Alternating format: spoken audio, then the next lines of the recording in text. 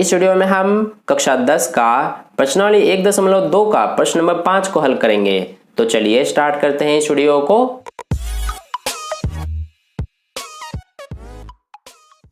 तो देखिए dear students, प्रश्न नंबर 5 में हमसे क्या कहा गया है कि जांच कीजिए कि क्या किसी प्राकृत संख्या n के लिए संख्या 6n अंक 0 पर समाप्त हो सकती है। तो चलिए सबसे पहले हम क्वेश्चन को अच्छे से समझ लेते हैं। हमें कहा गया है कि संख्या 6 की घात n अंक 0 पर समाप्त हो सकती है। तो देखिए जैसे मान लीजिए ये हमारा 6 है और 6 की घात n है और n की जगह पे हमारा क्या हो सकता है, कोई भी प्राकृत संख्या। जैसे कि 1 लेते हैं तो 6 की घात 1 हो गया, इसका मतलब क्या है 6 आएगा आंसर। ठीक है, इसी तरह से 6 हो गया, 6 की घात क्या है n और n की जगह पे इस बार हम प्राकृत संख्या 2 लेते हैं तो ये हमारा क्या हो जाएगा 6 का स्क्वायर यानी 6 गुणा 6 तो ये हो जाएगा 36।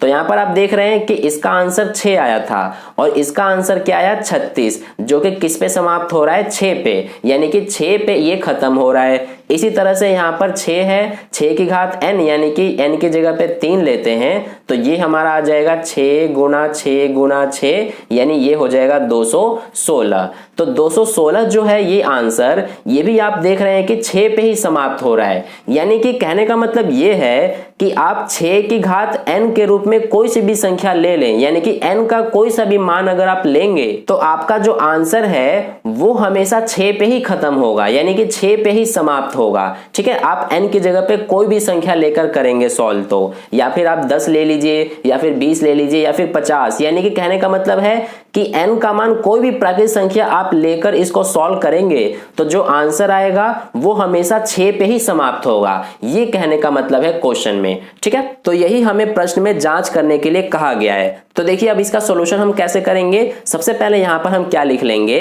कि हम जानते हैं कि कोई भी प्राकृत संख्या जो 0 पर समाप्त होती है वह 2 व 5 से विभाज्य होती है, इसलिए उसके अभाज्य गुणनखंडों में संख्या 2 व 5 होनी चाहिए। जैसे कि देखिए मैंने यहां पर बोला कि 2 व 5 से विभाज्य होती है वो संख्या जो 0 पर समाप्त होती है। जैसे कि 10 है, 10 हमारा 0 पर समाप्त हो रहा है तो ये हमारा 2 से भी भाग होगा और 5 से भी। 2 के पहाड़े में भी आता है ये, 5 के पहाड़े में भी। इसी तरह से 20 ले लीजिए, 30 ले लीजिए, चाहे 60 या फिर 100, कोई सी भी ऐसी संख्या जो 0 पर समाप्त होती है तो वो हमेशा 2 और 5 से भाग होगी, यानी कि विभाज्य हो जाएगी। ठीक है, तो इसी को यहां पर हम सबसे पहले लिख लेंगे। ठीक है, तो इस तरह से हमने ये लिख लिया।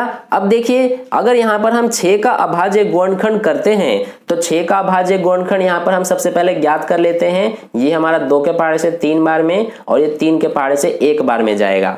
तो यहाँ पर हमारा 6 का अभाज्य गुणनखंड क्या क्या आएगा 2 और 3। तो यहाँ पर आप देख सकते हैं कि 6 का जो अभाज्य गुणनखंड है इसमें सिर्फ हमारा संख्या 2 और 3 आ रहा है। ठीक है, इसके अलावा और कोई सी भी संख्या नहीं आ सकता है। इसलिए यहाँ पर हम क्या लिखेंगे कि हमारा 6 की घात n के जो अभाज्य गुणनखंड है इसमें केवल 2 और 3 है।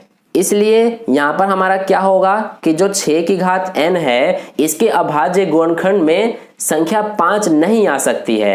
इसलिए 6 की घात n किसी भी प्राकृत संख्या n के लिए कभी भी 0 पर समाप्त नहीं हो सकती है। ठीक है, तो इसको यहाँ पर अब हम लिख लेंगे।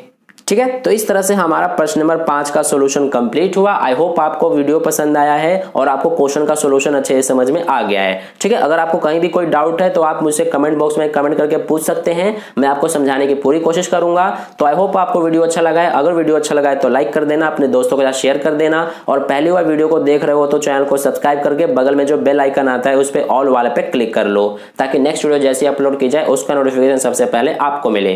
तो फिर मिलते हैं नेक्स्ट वीडियो में। धन्यवाद।